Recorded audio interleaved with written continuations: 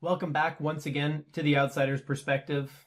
My name is Ollie, and I'm here to give you a nice, fresh loaf of bread.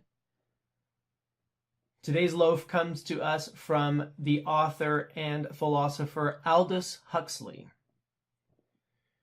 In his most excellent book, The Perennial Philosophy, Huxley writes, "Ignorance of self is voluntary. For by introspection and by listening to other people's judgments of our character, we can all, if we so desire, come to a very shrewd understanding of our flaws and weaknesses, and the real, as opposed to the avowed and advertised, motives of our actions. If most of us remain ignorant of ourselves, it is because self-knowledge is painful, and we prefer the pleasures of illusion." Did that one sting a little bit? Because I felt it. I felt it right in there, right in the feels. Ignorance of self is voluntary. Sure doesn't seem that way from the outside looking in. I've met so many people who are inconsistent, whose actions, words, and professed and avowed beliefs very clearly did not align. I've met a lot of people like that, but it took me a long time to realize that I was also among those individuals, that I also was incongruent with my thinking, feeling, and behaving. So while I was out there criticizing and observing and analyzing others, I was neglecting myself, and I was neglecting to subject myself to that treatment. And as I've come to realize it, I was the one who needed it most of all. So it stings when I read something like this, because it's so very true of my own experience.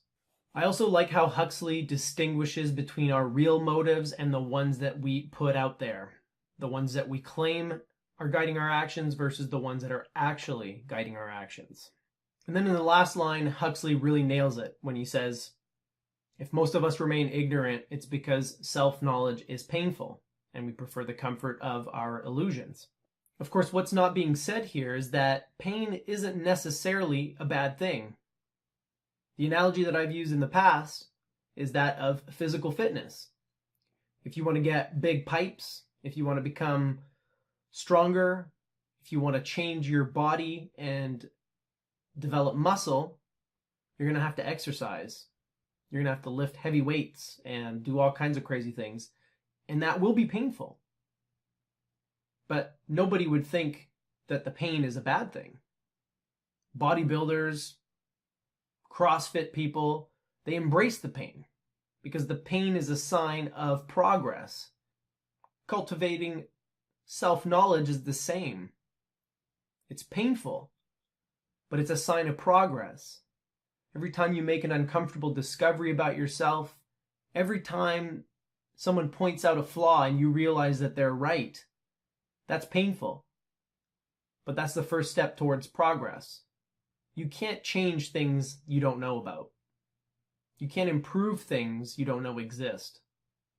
And you can't tear out beliefs that you don't know are there. So without that introspection, and without the pain that comes with it, you're stuck. You're stuck in your ruts. And you don't even know you're in your ruts. So I would give you the same advice a personal trainer would give you. Embrace the pain. Go within and have no fear of what you may find. Because the worst thing you will find within yourself is only going to make you stronger. It kind of reminds me of an old African proverb I heard once. It goes something like, "When you slay the enemy within, the enemy without can no longer harm you." Well, the enemy within is your ignorance of yourself. It's this fake version of you that you hold up as an idol and try to present to the public so that they will think you're this or that or the other thing. So burn the idol down. Get rid of it. It's not helping you and it's not protecting you. You may think it is, but it's not.